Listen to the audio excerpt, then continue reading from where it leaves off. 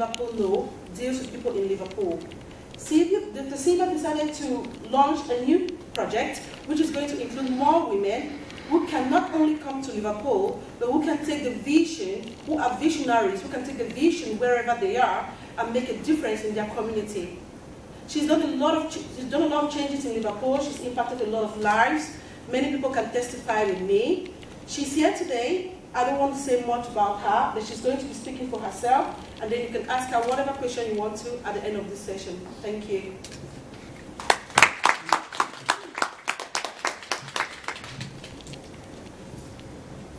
Her Majesty, Queen Atsoso the First of the Black Kingdom of Ghana, I welcome you to Liverpool. My Lord Mayor was just walked out. Councillor Erica Kemp, welcome as well to the Global Visionary Women Network First Global Convention. Distinguished speakers from afar, the United Kingdom, the US, and I take this opportunity to welcome you here today to the first global convention of the Global Visionary Women Network. We are really privileged, we are honored to have you here today to share this day with us. And I must first of all apologize for the late start, delay. The other delegates will be joining us, but we have to move on. Thank you so much for your time. And today I'll be talking about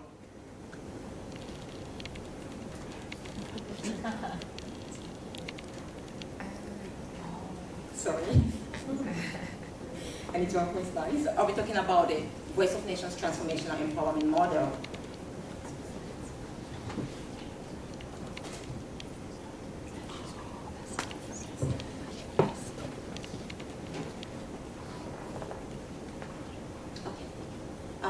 Like my colleague said, I'm Dr. Sylvia Forchap. I'm the founder and CEO of Voice of Nations, an organization whose vision is to transform the life and status of less privileged and disadvantaged girls and women so they can become aware of their rising full potential and excel into positions of leadership and financial independence. And the core conviction of Voice of Nations is that all humans are born equal and every individual is unique and endowed with great potentials and abilities to impact our world.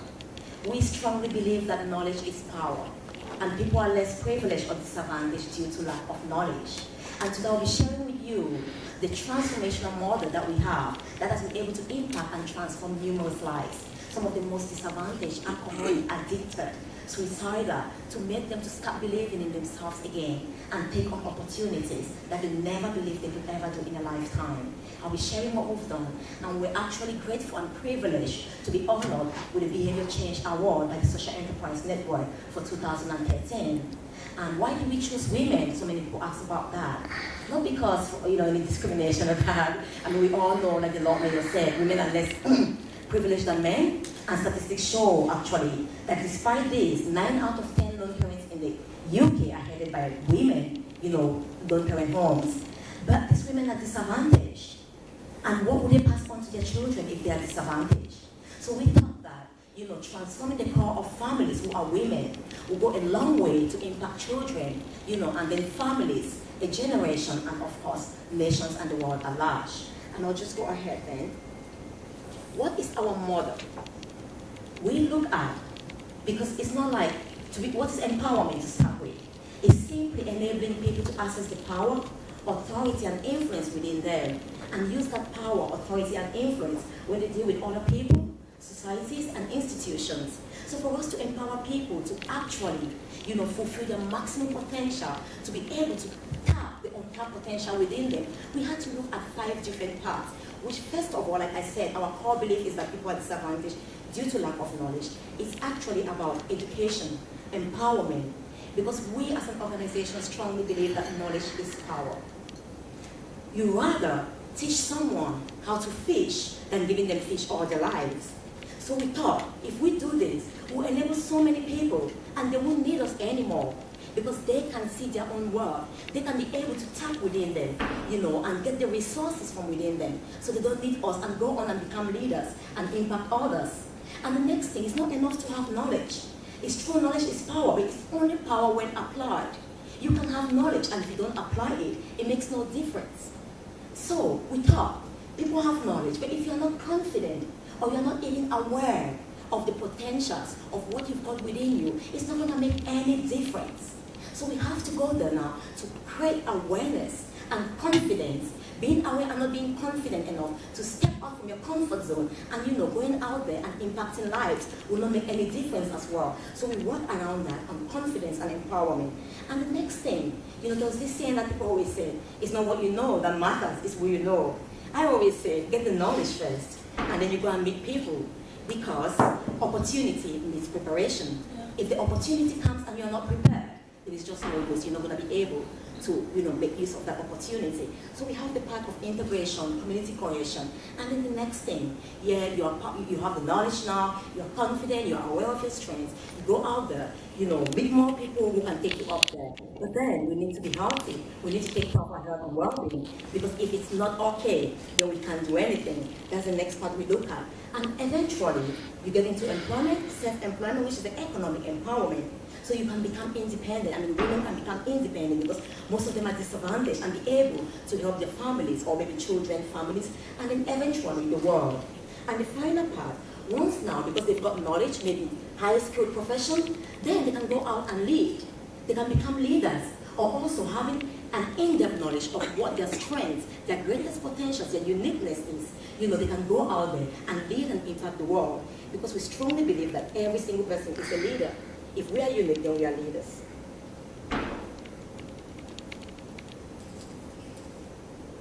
Yeah, I was just looking at the first one now.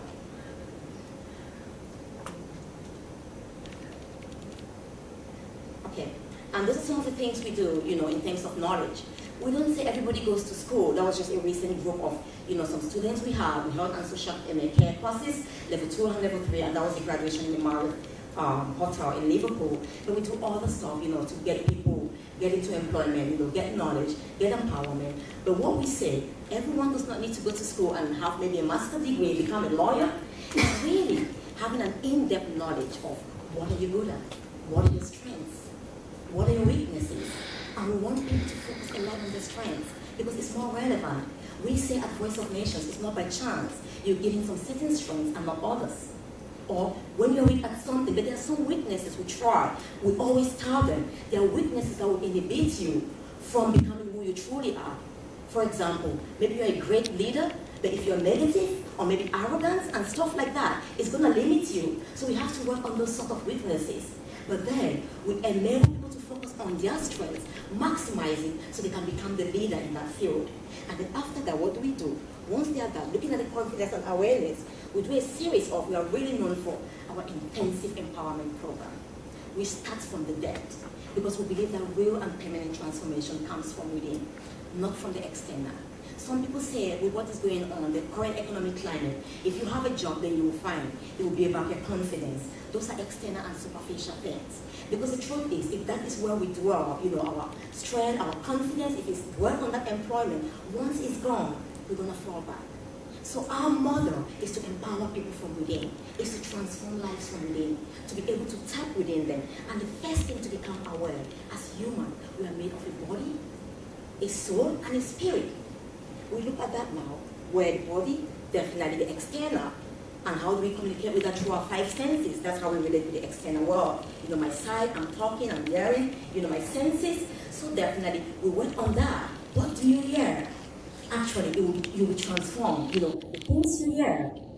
If you hear negativity often, then it transforms your mindset. Eventually, you start believing in them. So we want to say, if that's where we're going to focus to bring transformation, then every time when we hear something good, we are great. Or something that makes us happy, we are happy.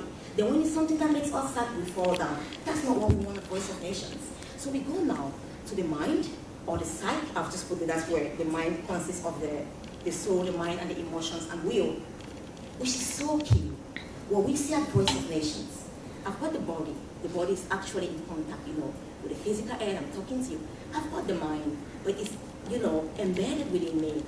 I've got the spirit. It's not even physical, but how do I communicate? The mind is the pathway, and it's all about mindset. It's all about attitude. So we focus a lot. Our transformational model is about transforming mindsets.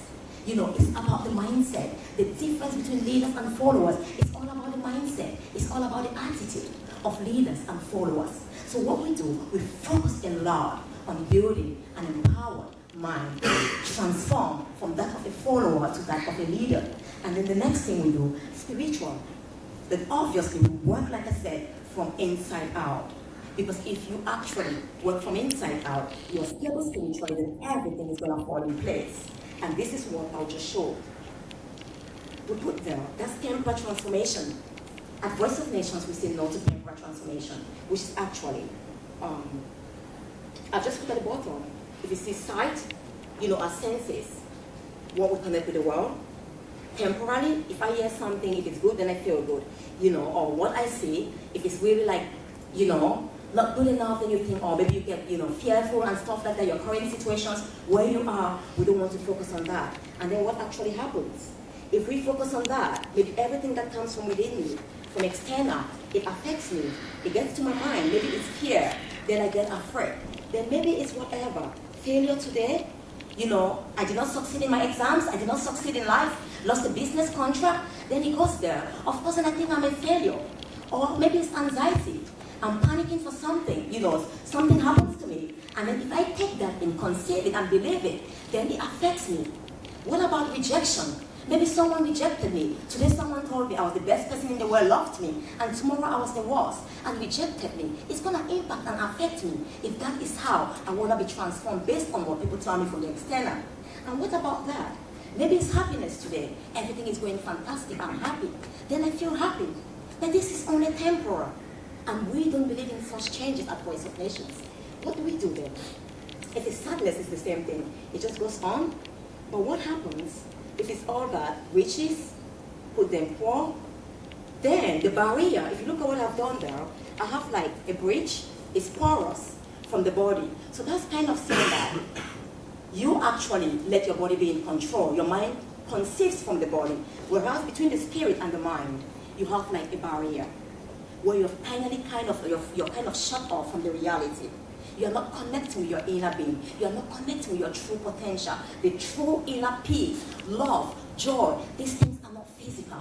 If they were, then leaders will be able to sit in places and mediate about peace. But it comes from within us. So that is why, if the spirit is fine, and I've put the that is the powerhouse. Our spirit is the source. We could have example, the light is on, but it comes from somewhere. And I put this switch on and off, there is light here. But if the main powerhouse which supplies the electricity to the building is off, I might turn this switch 10,000 times, it's never going to come on. So the powerhouse is the spirit, and we focus on that to empower us from within. So you get all the peace coming in, and that is it now. If you look at that, the difference now, I've got the chorus or the bridge, where whatever comes from the spirit, I can take it in. For example, in the spirit, because it's not of this world, it's separated from the world. Qualities of the spirit or fruits of the spirit: joy, peace, love, kindness, meekness. So within you, you are confident. You know that your spirit, there is peace.